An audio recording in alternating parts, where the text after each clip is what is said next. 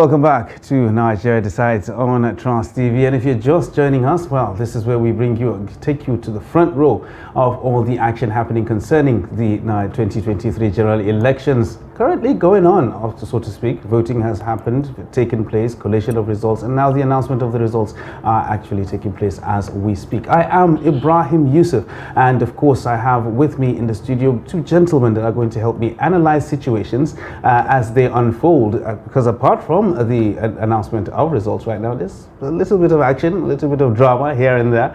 There's some political intrigue happening right now at the ICC. That's the venue of the Collation Center. To help me analyze this right now in the studio, I have with me Kende Amadu, veteran broadcaster, and of course our in-house analyst. Welcome. Thank you very much. All right, and of course Shafiu Suleiman. He's our man on the ground because he was at the ICC from yesterday until this afternoon, and of course he'll be giving us first-hand information as to the happenings there. Shafiu, you're welcome. Thank you, Ibrahim. All right, so let's start from you, Shafiu, because you are in the thick of the action. You were there yesterday up until this afternoon, and we saw what happened. And we saw the culmination of that, which was a walkout of some of the parties involved, talking about having problems with the process and the rest of it. But from yesterday till this afternoon, how was the atmosphere in the ICC? Was there any indication that something like this might actually happen? Well, it is actually surprising looking at the fact that as at yesterday, the atmosphere was very calm. Okay. You know, even though there wasn't much activities yesterday, beyond the reception of the Ekiti result, but then right from the onset, the chief returning officer for the presidential election, Professor Mahmoud Yakubu, actually set the ground rules. You've heard him talking about the processes and the procedure, how things are going to unfold. He talks about the 4 layers, of collating the results, right from the polling unit to the ward level, to the state level, and then to the center. Exactly. And he talks about how it flows, and that's perhaps the reason why he had to suspend the exercise yesterday to allow for more returning officers from the states, to arrive Abuja. So they set the ground rules and then talk about the procedures. At that point, I think the agent of the People's Democratic Party, Dino Melaye, was the only person that asked a question, because he did ask if there's anybody who has some observations or wants certain clarification. And Dino asked, when they talk about bypassing beavers, he said, what does that mean? Yes. He asked, and then it was explained. Was it beavers or so? There was something he asked, actually. I think it was about beavers. How does it bypassed, and that was explained, that was by the chief returning officer. And thereafter we had to suspend the exercise until this morning. So throughout, the atmosphere was very calm until, at the point of the collation of the Kwara State result. Though I stepped out, actually, I didn't witness what happened, but I came to realize that there were objections, there were issues raised. That was when things started with regards heating to that result. They were talking about discrepancies or so, and insisting that result must be displayed, especially the result collated at the polling unit, so that they can now look at it whether it tallied with what is being presented. Side by side with what is actually there. That's right. I see. All right. So we'll come back to that. We'll come back to the drama in the ICC. But I would like us to touch on that particular thing, but in a different light now. So, Kende, I want to ask you now, what's this walkout that we just saw by these political parties? Does it have any implications to the entire process? Does it change anything? Basically, it doesn't change anything. I think Nigerian politicians should have learned that you don't boycott the electoral process. You boycott, you lose out. Now, what is this argument about? It's about electronic transmission of results. Yes. Now, is electronic transmission of results compulsory? If we go back to the records, you realize that INEC has said all along that there will be manual and electronic transmission of results. Side by side. Side by side. so that if there is a failure in the electronic transmission, given our peculiar circumstances in Nigeria, you can always fall back on the manual. Then you also realize that the manual transmission of results means that at every point in the four-step process, party agents will sign off on the election results. Yeah. And no election result that has been signed off as can be tendered. Now, in the final analysis, if these party agents or these parties go to court, what are the levels of evidence that courts will rely on? It is still that manual register, that manual results that has been signed off by each of the party agents on all the levels before we go to the national level. So this walkout really doesn't, I'm trying to see what is the end game. Would it just be grandstanding? Yeah, I mean, what's the end game? Why walk out of a process that has just even barely begun? Okay.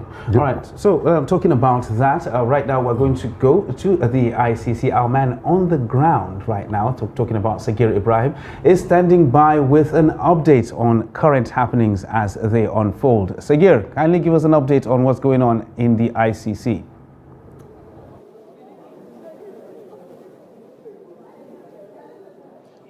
Good afternoon, Ibrahim. As Shafiu and Mr. Kehinde had said earlier, yes, we saw a little bit of grandstanding on the part of members of the PDP, the APP, Labour Party, as well as other party agents who had walked out of the INEC Coalition Center on the grounds that the INEC allegedly was colluding with another political party to scuttle the election and, as a matter of fact, compromise the INEC results viewing portal, that is the IREV portal. Earlier during his press briefing outside, Dino Melaye, the coalition officer for the PDP, had explained that he had tried on several occasions, as a matter of fact, to give the INEC chairman the opportunity to redeem himself, before Nigerians, but unfortunately he claims that the INEC chairman has not been able to do so. All right. So currently, right now, what is the atmosphere like at the ICC? Is there still some sort of tension? Is it rowdy? What's the atmosphere like right now?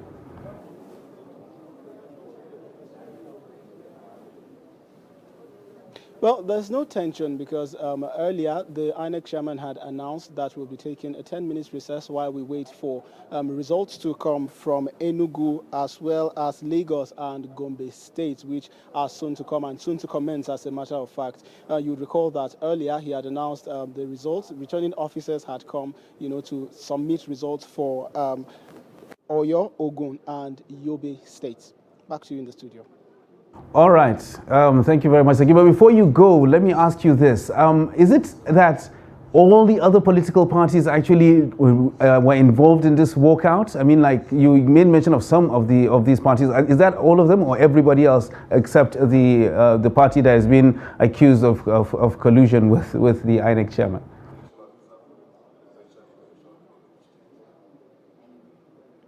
Okay, so not all political parties staged the walkout because as at the time the walkout was staged, I could still see some other party members, especially I could see a member of the YPP, the coalition officer of the YPP was still on seat, as well as others I couldn't make out as at the time. So not all of the political party agents staged the walkout. So thank you very much for that update, Sagir. Right now we are going to take some results have actually come in. So returning officers are actually there. So we will get back to that, and of course get back to you as well to give us some updates as they unfold. Thank you very much, Sagir.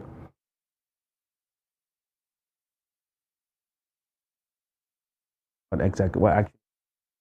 Now, Shafiu, because you were actually there before all this happened. Dino Melaye seems to have become the unofficial spokesperson for all these opposition parties because he's actually leading the charge, so to speak. So before all of this actually happened, was there a sort of, was there a meeting? Was there some sort of trade-off between these parties? How did they were able to organize themselves in that manner?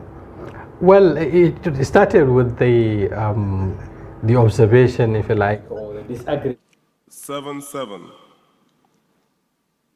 AAC 128. 128. ADC 282. 282. ADP 200. 200. APC 4772. 4772. APGA 1548. 1548. APM 351. 351. APP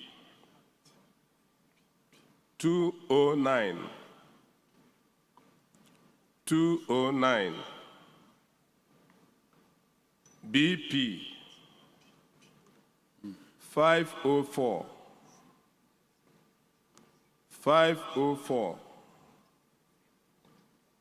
LP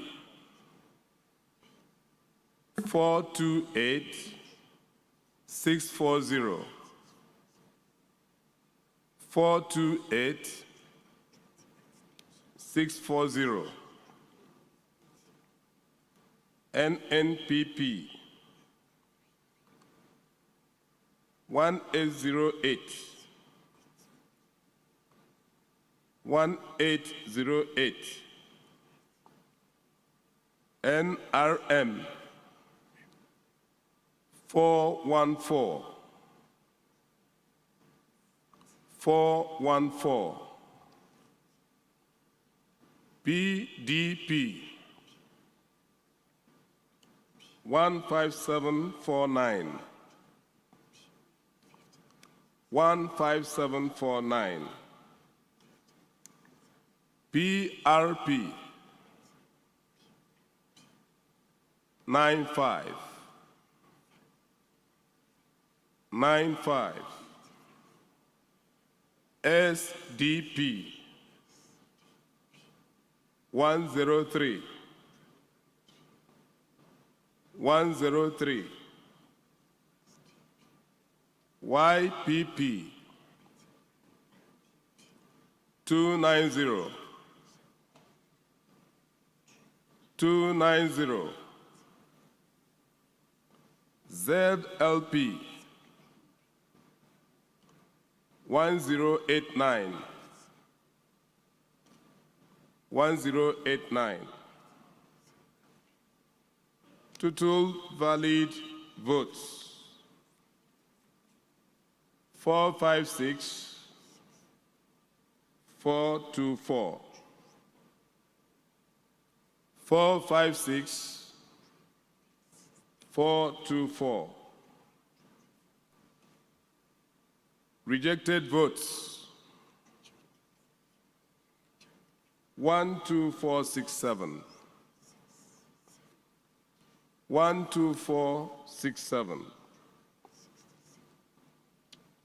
Total votes cast 468 891. 468 891. Thank you, Mr. Chairman. Thank you very much. Any places where elections did not hold or cancellations? Yes, Chairman, we had overvoting and disruption in Aninri, Uduma 2, and Ezago.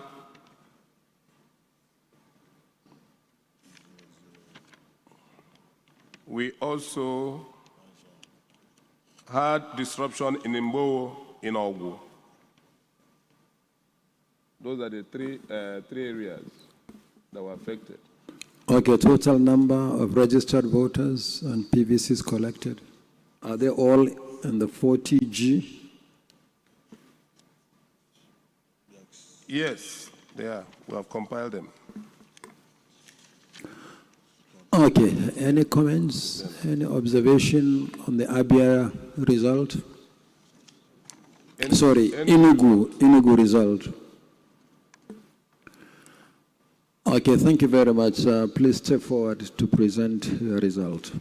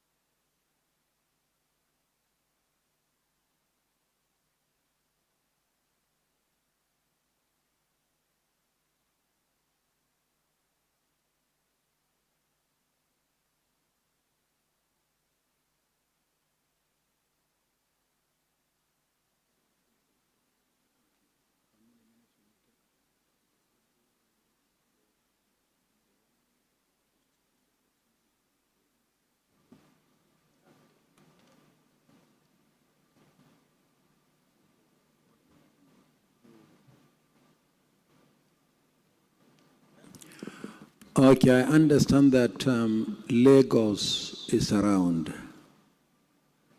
So let's give Lagos a few minutes to cross-check with the Coalition Secretariat before presenting the result. So we give Lagos a few minutes.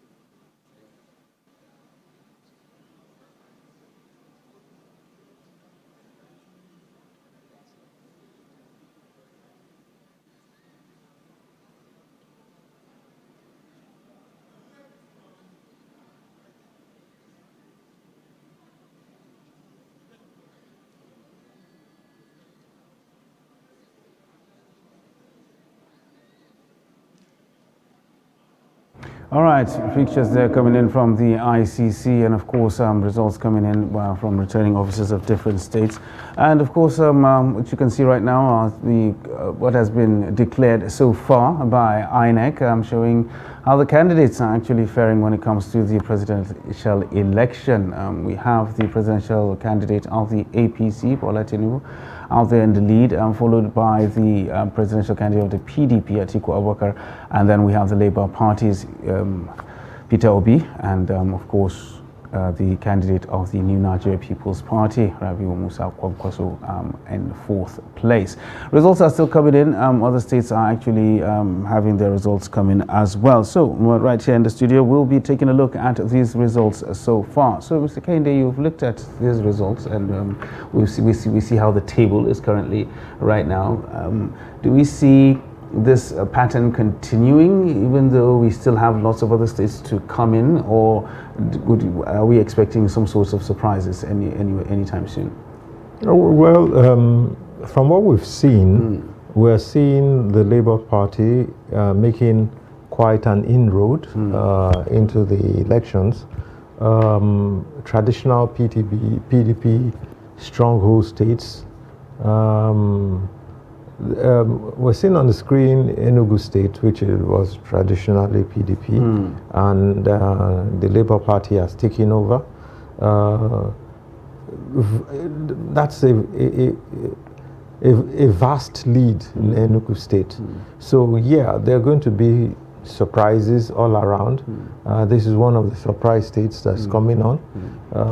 We are hearing rumors about Lagos State. Yeah. But Lagos State is waiting in line. Exactly. I think it's the next state right now in line. What is interesting to note is that despite these gains by the Labour Party, it's still the third in line. And then we have the traditional two big parties still leading the pack. Exactly. But we're talking about how many states now? 4, 5? Yeah. So we still have a long way to go. There's still a long way to go. There are lots of other states to come in. Lots of other states to come in. So I think by the time we get to the 10th and 15th states, we'll have a clearer picture. We'll have a clearer picture. Well, all right. Well, but a lot of people are actually still, even with the number of states that we have right now, lots of people are actually surprised with the kind of gains the Labour Party was actually able to make, the kind of showing they were able to make. Did you foresee something like this? Yeah, like I said, in politics, nothing is set in stone.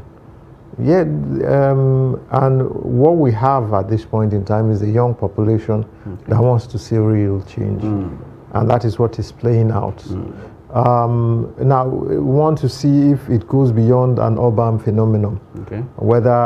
Whether in states that have huge rural populations, Labour Party will make such a big showing. Then we want to see how much inroads it will make into states outside of the southeast, outside of the urban setting. So these are the things, these are the parameters that will define how well the Labour Party is actually doing. All right. Now, there's also this issue of capacity of some of the candidates that's actually been brought up now. Not the presidential candidates now. We're talking about National Assembly positions, that's the House of Representatives and the Senate. We've seen the Labour Party clinch some seats. Most of these, so I heard some comments about some people saying that these are candidates that even the people that voted for them don't even know them. And by virtue of just seeing the Labour Party, of course, following the presidential candidates, they got to it. Is there a worry that most of these people actually go there without having the competence to No. A lot of the votes are cast this time around are cast for emotional reasons.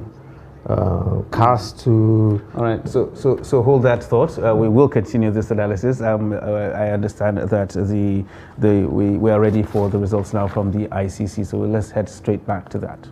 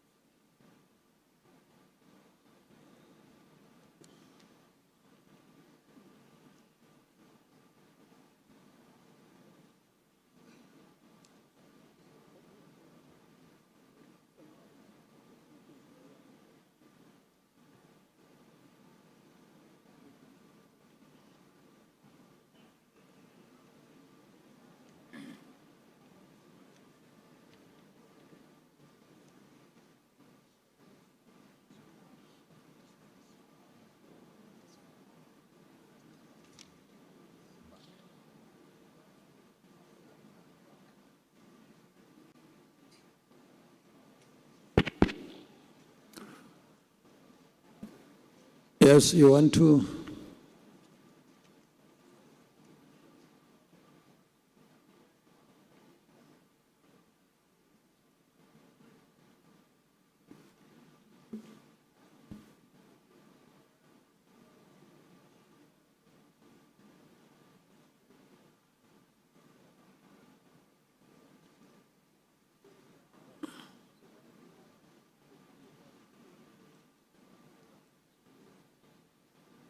Who has the mic?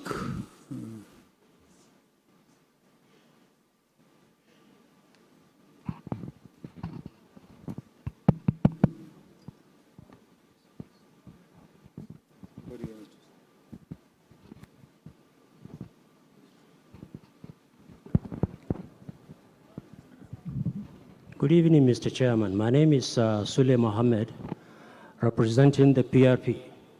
I have been receiving chats actually that PDP, LP, and several political parties have pulled out of the presidential coalition, accusing INEC of compromise.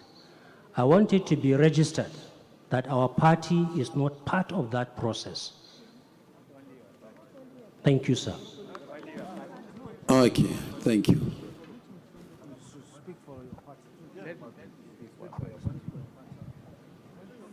Mr. Chairman, my name is Muhammad Ibrahim Biu. I'm representing the Social Democratic Party, SDP. We are not part of that. We are here to do the coalition. So we are not pulling out. Thank you.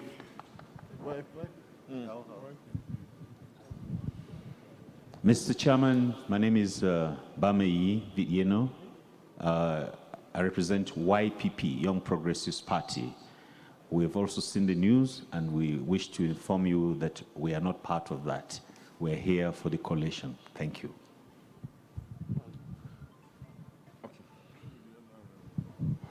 My name is Zephaniah Gisalo. I'm a member of NRM, agent. We are not part of that.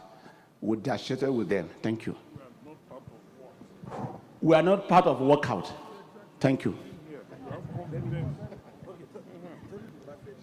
No, let them say they have confidence. Thank you, Mr. Chairman. My name is Ina Okopiago. I represent the African Action Congress. We're not part of the party that walked out. Thank you. Mr. Chairman, my name is Babatunde Adedapo Olufemi. I'm here to represent Accord. Accord dissociated itself from this arrangement, walking out of this collection center. Thank you, Mr. Chairman. I remain Barrister Chief Kenneth Udeze. In law, we say res ipsa loquitur. The first speak for you, so you are seeing me live and direct, so I didn't stage any walkout. Good evening, Mr. Chairman. I am Air Vice Marshal Ibrahim Umaru, representing the Nigeria People's Party, New Nigeria People's Party. We are not part of that walkout. Thank you very much. We are still here with you.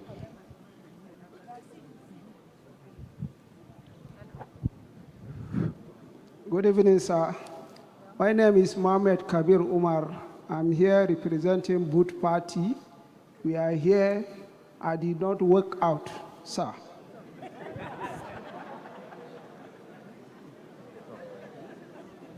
Who you want to talk again? The woman.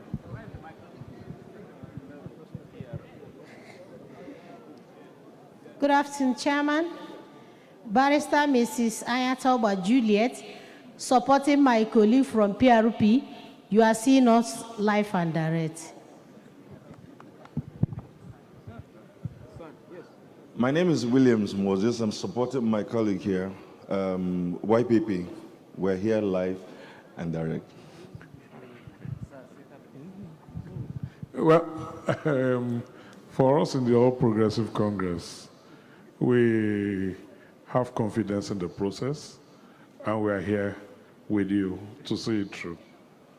We are not part of any boycott, walkout, or revolt as some have done. Thank you, sir. Okay. Mr. Chairman, my name is Mohamed Dirisu Isa, NRM coalition agent. We are here with you. We are confident in the process. Thank you very much.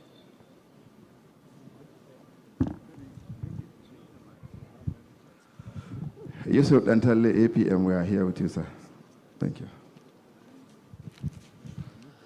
Mr. Chairman, I'm Honorable Muhammad Law Nalado, National Chairman of Accord and representing Accord. We believe in the process and we are not working out. We are after one Nigeria and believe our coming together here to support Nigeria, that is what we stand for. Thank you very much.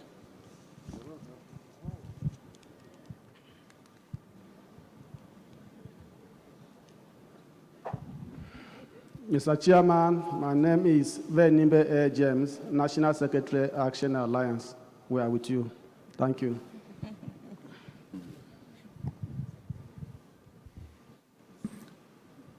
Okay, thank you very much. Lagos is ready. May I invite the resident electoral commissioner of Lagos to introduce himself, and for the collation officer for Lagos to introduce herself and present the result. Rec Lagos. Thank you, sir. My name is Olusegun Agbaje, Resident Electoral Commissioner, Lagos State. Thank you. My name is Professor Adenike Oladije, the Vice Chancellor, Federal University of Technology, Akure. I am the State Collation Officer for the presidential election of 25th February 2023 in Lagos State. And with me is Mr. Olusegun Agbaje, the Resident Electoral Commissioner for Lagos State. The results for the presidential election held on the 25th February 2023 in Lagos State are as follows.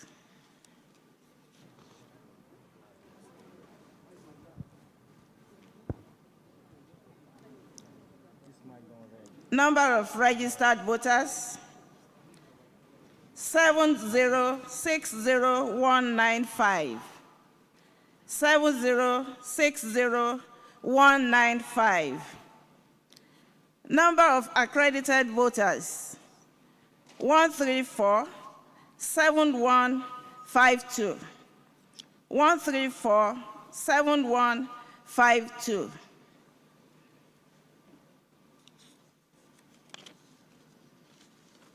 Total number of votes received by the presidential candidates of each of the political parties are as follows. A, 3069. 3069. AA, 498. 498. AAC, 1597. 1597. ADC, 5789. 5789. ADP, 2439. 2439. APC, 572606. 572606. APGA, 2316. 2316. APM, 709. 709. APP, 371. 371. BP, 1837. 1837. LP, 582454. 582454. 54. NNPP 8442. 8442. NRM 609. 609. PDP 75750. 75750. PRP 1120. 1120. SDP 772. 772. YPP 1109. 1109. ZLP 9964. 9964. Total valid votes 1271451. 1271451. Rejected votes 64278.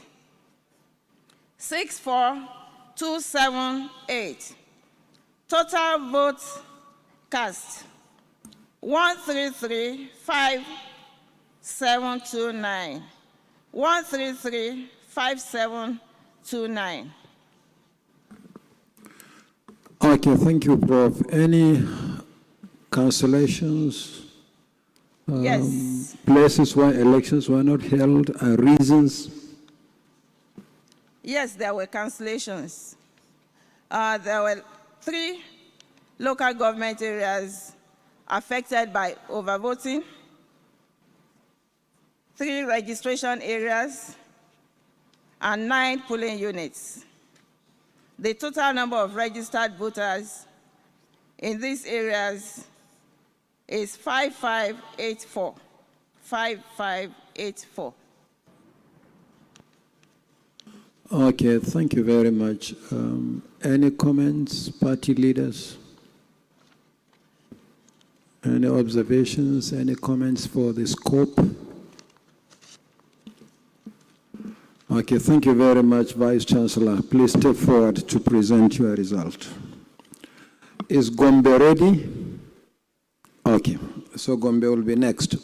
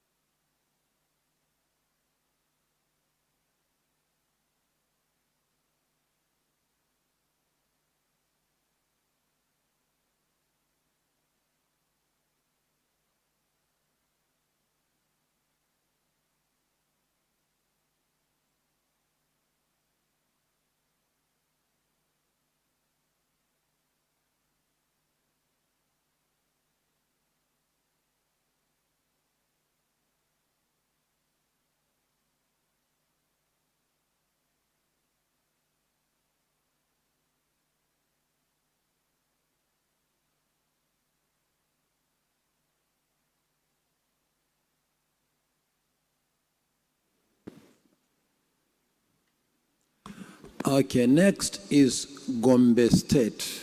The resident electoral commissioner is here with the scope. Introduce herself, and the scope should introduce herself and present the result. I am Umar Ibrahim, the resident electoral commissioner, Gombe State. I am Professor Memuna Waziri, the Vice Chancellor, Federal University, Geshua. I am the State Coalition Officer for the presidential election of 25th February 2023 in Gombe State.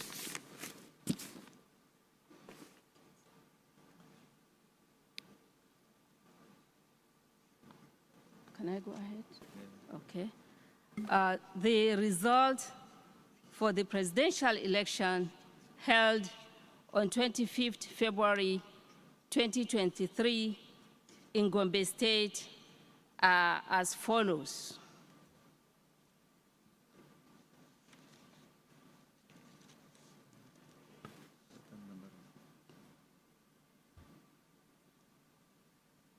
For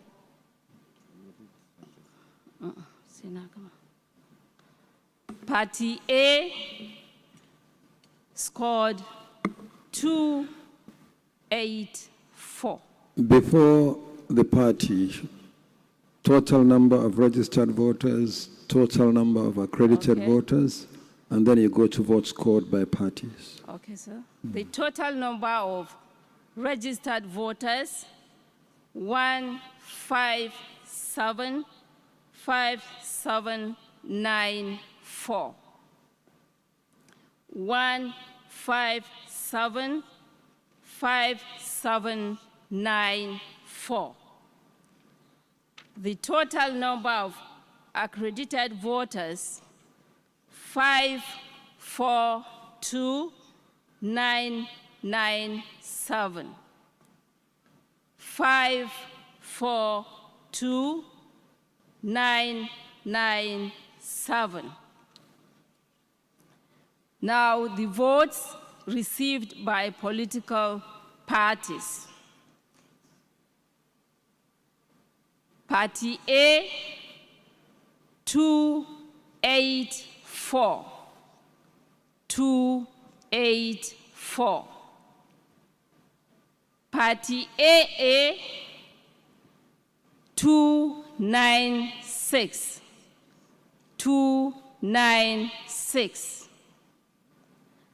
Party AAC, 158. 158. Party ADC, 1446. 1446. Party ADP, 765. 765. Party APC, 146,977. 146,977. Party APGA, 558. 558. Party APM, 348. 348. Party APP, 208. 208. Party BP, 210. 210. Party LP, 26160. 26160. Party NNPP, 10520. 10520. Party NRM, 1061. 1061. Party PDP, 319123. 319123.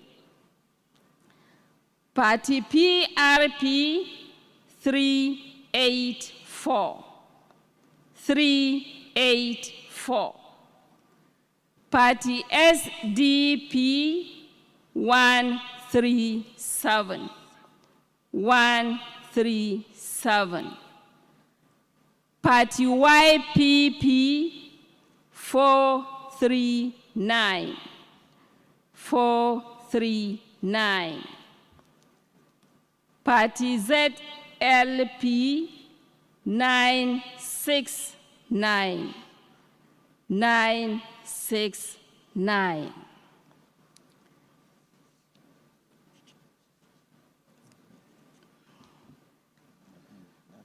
That's all.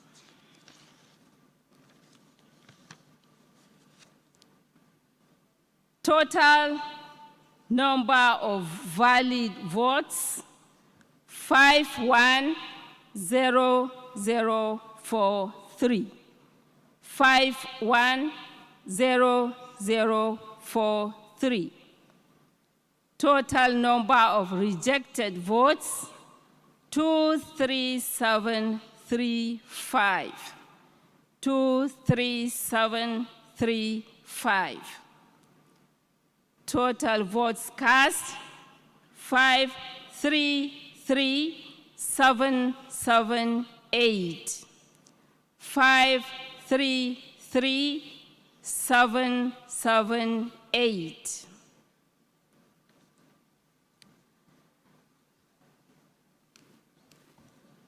Thank you, sir.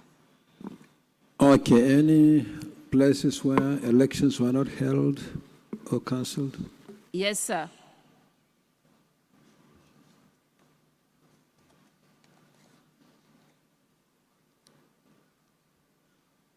The total number of cancelled votes 9640.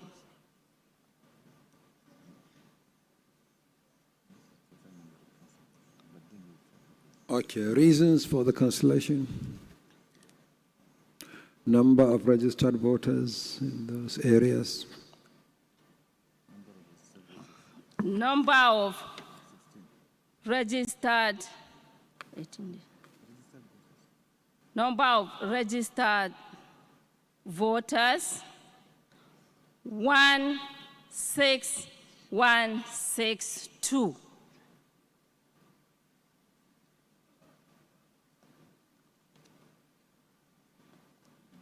Any record of PVCs collected? Yes, sir. The total number of PVCs collected 9640.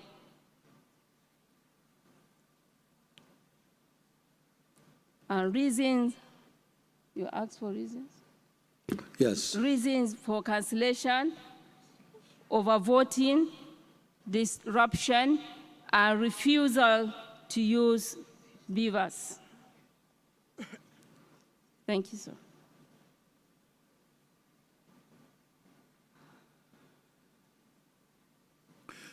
Okay, thank you very much. Any comments on the Gombe report? Okay, thank you very much. Please step forward to present your result.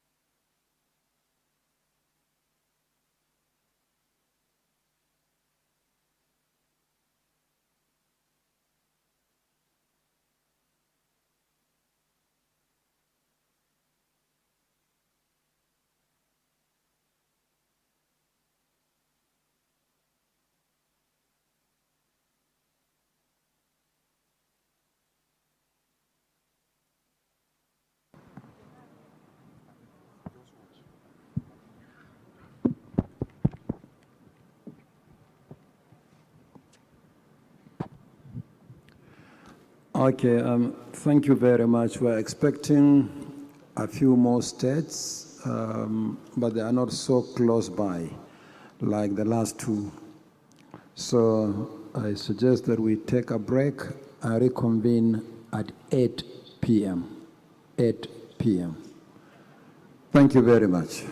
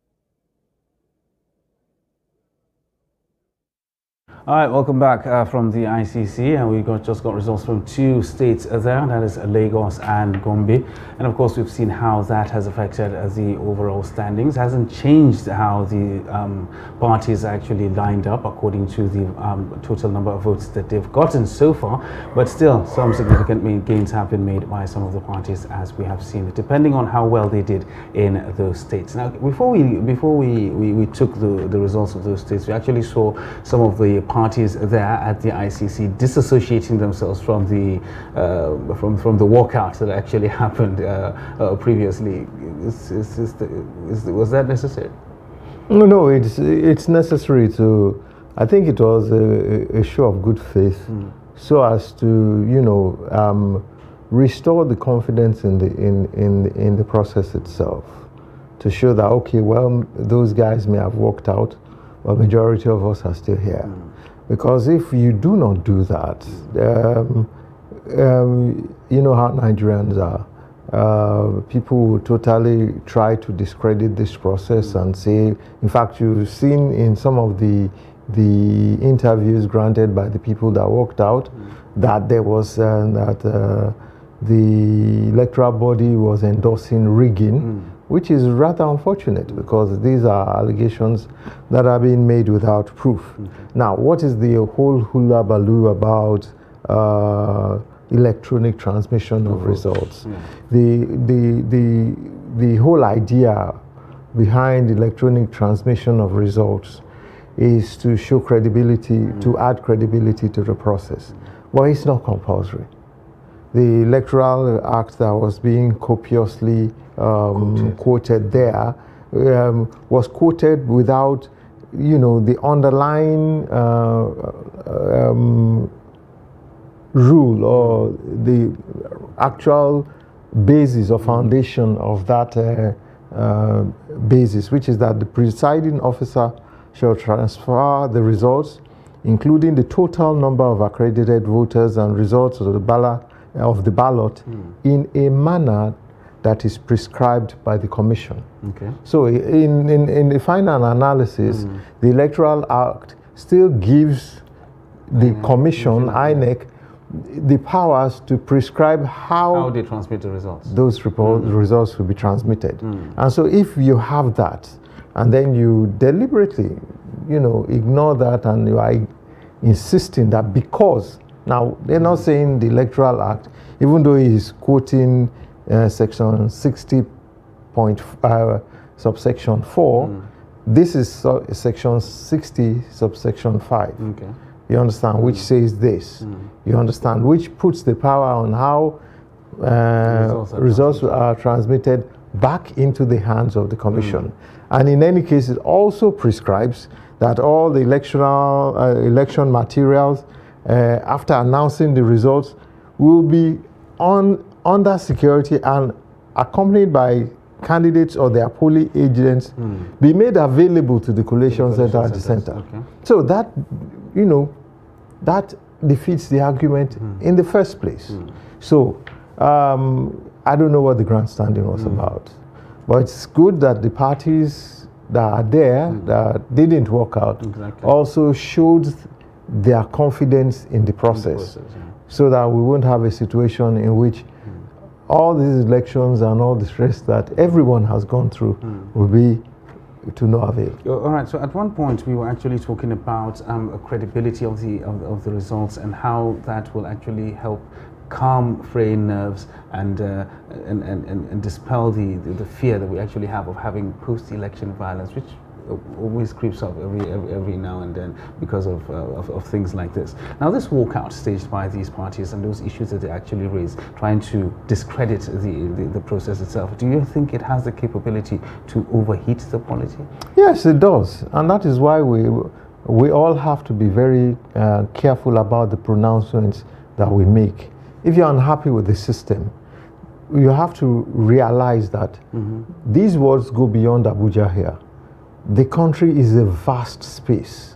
So when you start seeing violence creeping up in one part of the country, then in another part there'll be reprisals. And before you know it, the whole place is burning. Okay. You understand? So yes, you disagree with the mode of presentation of the results, you also must be responsible in your utterances because this country is not made up of only you. There are millions of Nigeria that live within the borders of this country. Okay, well, some might argue that democracy is all about having divergent views, big arguments here and there about things that we don't agree Yes, democracy is about having divergent views, but exercising those views with responsibility, knowing that we have a country to protect, and if we don't protect that country, you can grandstand all you like.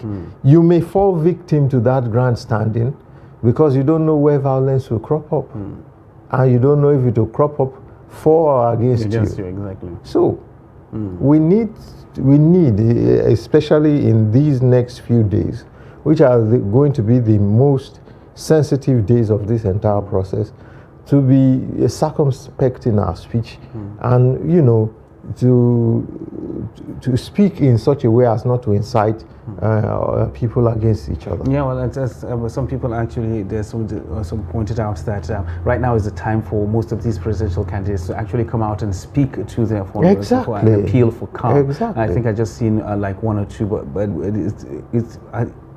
are they doing enough to actually calm the frayed nerves of their followers? Well, we saw in Lagos that the APC presidential candidate appealed for calm when the news got out that Labour Party won in Lagos. And it's a peculiar situation in Lagos because of the divide between the so-called non-indigens and the indigens. And where the non-indigens live, and where the indigens live and all that. I think a completely unnecessary divide. But it's a good thing that the presidential candidate of the APC came out to douse tension and say, please, let's exercise patience. Because he's looking at the big picture. And the big picture is not only going to rule over Lagos State, it's going to rule over the entire country, which is what other leaders should realize. If you want to become the president of this country, now is the time for you to exercise restraint. Because in the final analysis, you can't rule over a divided country. Do you expect other other presidential candidates to follow suit? I am hoping they will.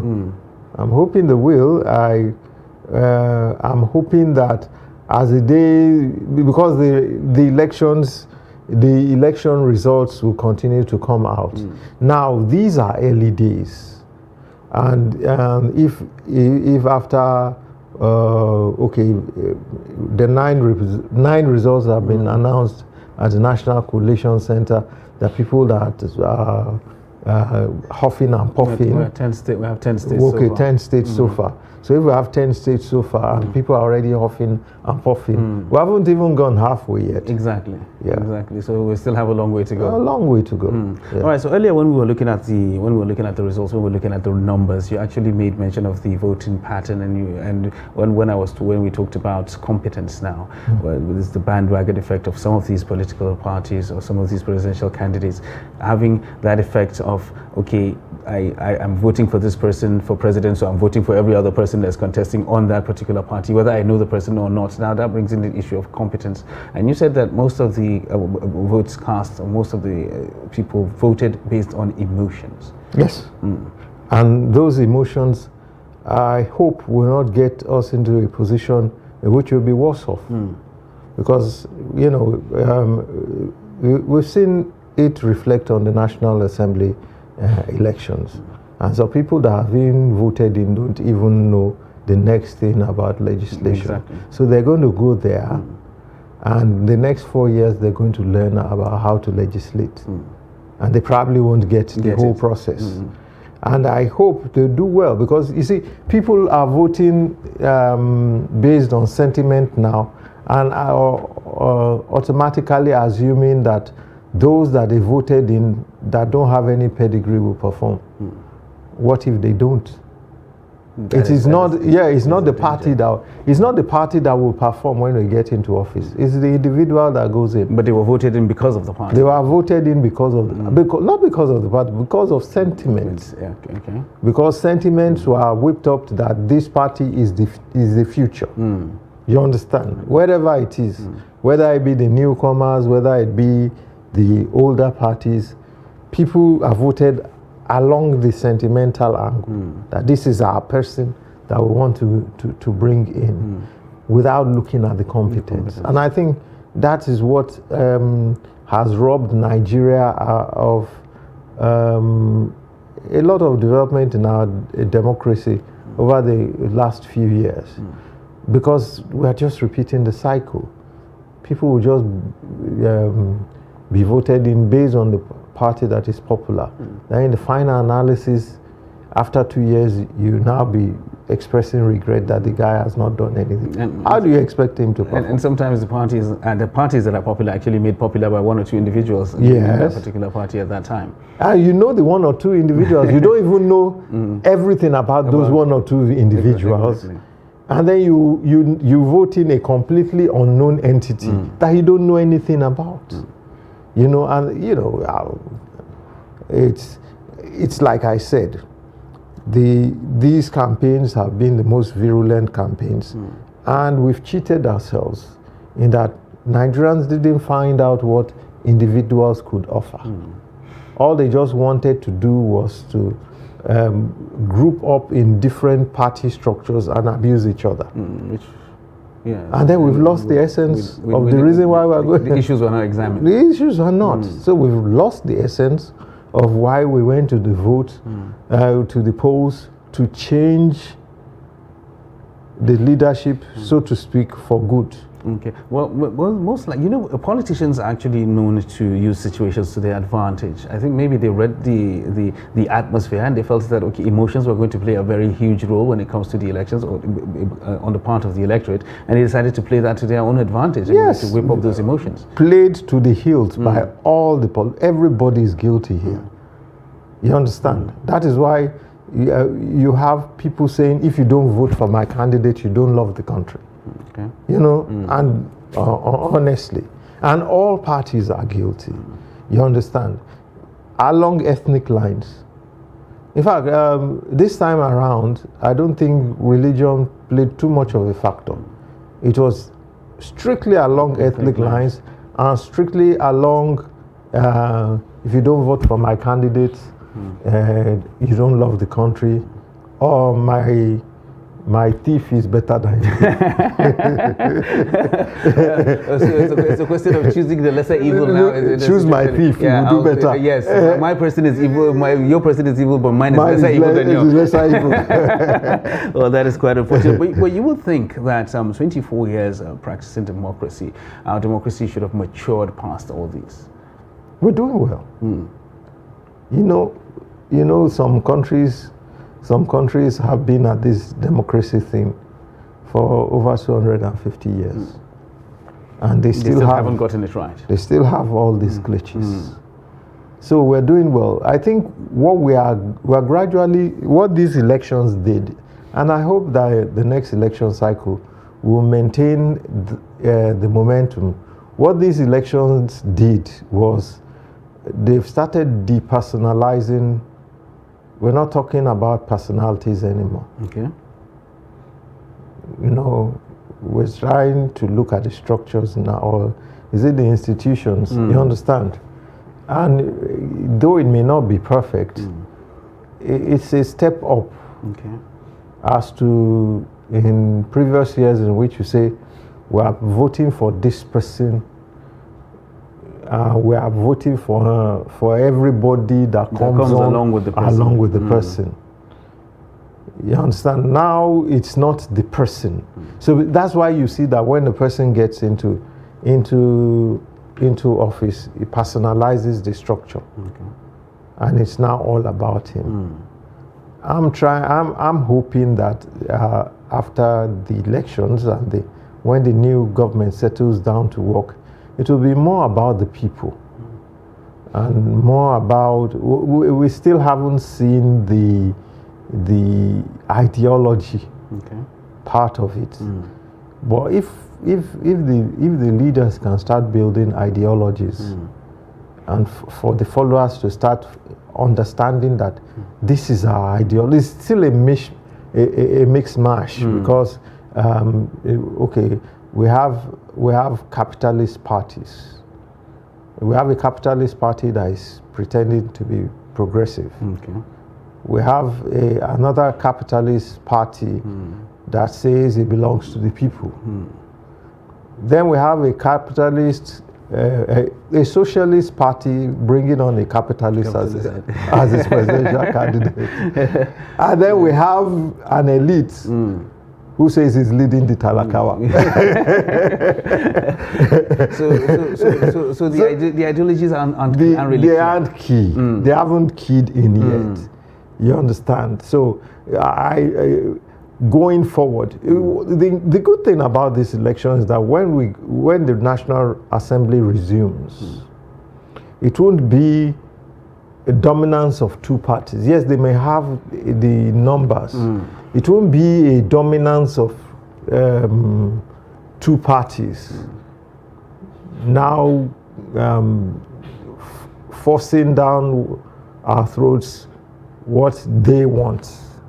It will be that there are many parties in the mix and each will stand for its own ideology. I hope that is what will happen. Okay, that's the thing, because we raised this question here yesterday, talking about if we have different parties, different people, different views, different ideologies coming into the National Assembly and not having a National Assembly that is so homogenic that you can actually predict what's going to happen. Is it a good thing for democracy, because we are going to have so many different views, and of course we'll probably get the best out of it? You see, but what Nigerian politicians do, or Nigerian political parties do, is that when you have these parties coming, the parties that are dominant will try to swallow up the smaller parties. Yeah. And that's what they do. So in the final analysis, you might have 5 parties coming in at the beginning of the session, and then by the second year, you have 2. All of them have been swallowed up into 2. Yeah. Okay. Yeah. But the thing is, so now we're just looking at what you've actually said. Party ideology, we don't really have a particular party ideology. I mean, like you just said, it's a mishmash of different kinds of things, and people putting names to things that just for the sake of it. Yeah. And we talked about manifestos yesterday, and we actually looked at all the manifestos of all the parties, and they're virtually the same thing. They're virtually saying the same thing. There's a template that everybody is actually working with. So, and we're clamoring for something different. We say we want something different. We want a change in how things are being done, because we don't believe things should be done the same way. If we are looking at it from this perspective, we have the same people moving from one party to another. We have parties that have virtually the same ideology, the underlying ideology. We have parties that have virtually the same manifesto. Yeah. Where's the change coming from? The change will come from party members enforcing. I don't think we have that yet. Are they? Just think about it. Are they true political party members? Because in other countries, the political party is not funded by the guys with the deep pockets. Yes, when elections come in, those guys come in to negotiate. Okay. And that's where they bring in their money. That if we get it, then these are the concessions you give to us. Yeah. But they don't determine the ideology of the party. They don't determine the direction. The party is already there. Yeah, they don't determine the direction in which the party moves, because it's the party members that do that. That is why going into these elections, some of us were saying structure. There are actually some of these parties that have structures all the way to the wards. All the way to the wards. They have ward meetings, they have days of meeting in the ward, but they don't control party because the money bags are there. So if the party members do not take charge of their parties and they just continue to do rankadede to the big wigs, then we won't have There's that a question change. of who pays the piper now. We won't have that change. And the funny thing is that party members, educated people are not party members. They don't do party. Okay. It's people at the grassroots that do party. They, you know, so in the final analysis, the person, the people that should have the knowledge to challenge whatever is going on in the top hierarchy of the party and set out an intellectual tone for the party are pathetic. They're not interested. Now, if we hope that a party is owned by the people, like perhaps what Labour Party is trying to do, and the Labour takes over, takes charge of its ideology and pushes it, maybe we'll have a semblance of a real party. Okay. Or what we have now, different political associations pushing virtually the same thing. Pushing the virtually the same thing. All right. Well, talking about the change that we need and looking at the current results that we have right now, because due to these elections, we've seen. We know that we have two major political parties that we actually have: the APC and the PDP. They've been there. They've done that, and all the big wigs are actually there. And the new political parties that we've seen emerge, or the new forces in the political sphere that have actually emerged, sort of offshoots of those political parties as well, because most of these people that were in these new moved out of those ones and established their own. Yeah, exactly. Those small political parties revolve around single persons. Okay. So that's the identity now. So what's the danger now? If those persons, if those individuals now say, okay, well, I'm no longer doing this, I'm moving back to where I came from. That is the problem we've had. That means the party. Because it's going to happen, that challenge is going to happen. Because sometime later in the day, the person who is in the forefront of the party, who probably loses out, will now say, well, I did a lot of investments, put a lot of investments in this party to move. So you guys have to pay me back for it. So he starts taxing the guys that have actually made it, that have actually won elections, and say, oh, you guys all owe me. If there's a pushback there, he looks at it and says, instead of roasting here, why don't I go back to where I came from? but wouldn't he be right in some respect? I mean, like, he did come, he revived the party, and most of them rode on his coattails. So will he be out of place to say, okay, you guys need to give you something back? But that's a small picture. The bigger picture would be to build the party beyond that. Build the party to such a level in which it can now challenge for. People don't have, the only person that's done that in the recent history of Nigerian political parties is Bola Ahmed Tinubu. That stayed with a party which was a regional, in fact, it had one state. At a point. And built the party until it could challenge for national office and get national office. That's, of course, in combination with others. At the same time that the AD evolved there, there are states that are built in the southeast. Parties that came out of the PDP, all of them were swallowed back by the PDP. Because their owner or the driving force, went back into the PDP. So there's a danger now that these new parties that we're seeing, these new forces that we're seeing, that might actually be swallowed up by these bigger parties eventually. Or may just go to sleep for the next 4 years, because after they've done the elections and they've lost out, there is no reason for the person who is the main funder of the party to fund the party. So he goes back and to where he came from, to re-strategize for the 4 years, and then you find out that maybe in 3 years' time he's latching onto a big political party to instead of following through with his party to, let's see, push for bigger office. You go back to where he came from and then find somebody's coattails to ride on. Well, those are quite interesting times to come, and we keep our eyes on the results and see how they are going to pan out, and let's see which direction the country is heading. Kendi, I want to thank you very much for coming on Nigeria Decides. You're welcome. All right. Well, we're going to take a break, so to speak, from the coverage of Nigeria Decides. We will be right back, though, after in a few minutes to give you more analysis and, of course, more results as they come in, and, of course, lots of other things as well, making sure that you get nothing but the very best of coverage as far as the 2023 elections are concerned in Nigeria. I am Ibrahim Yusuf. Thanks for staying with us.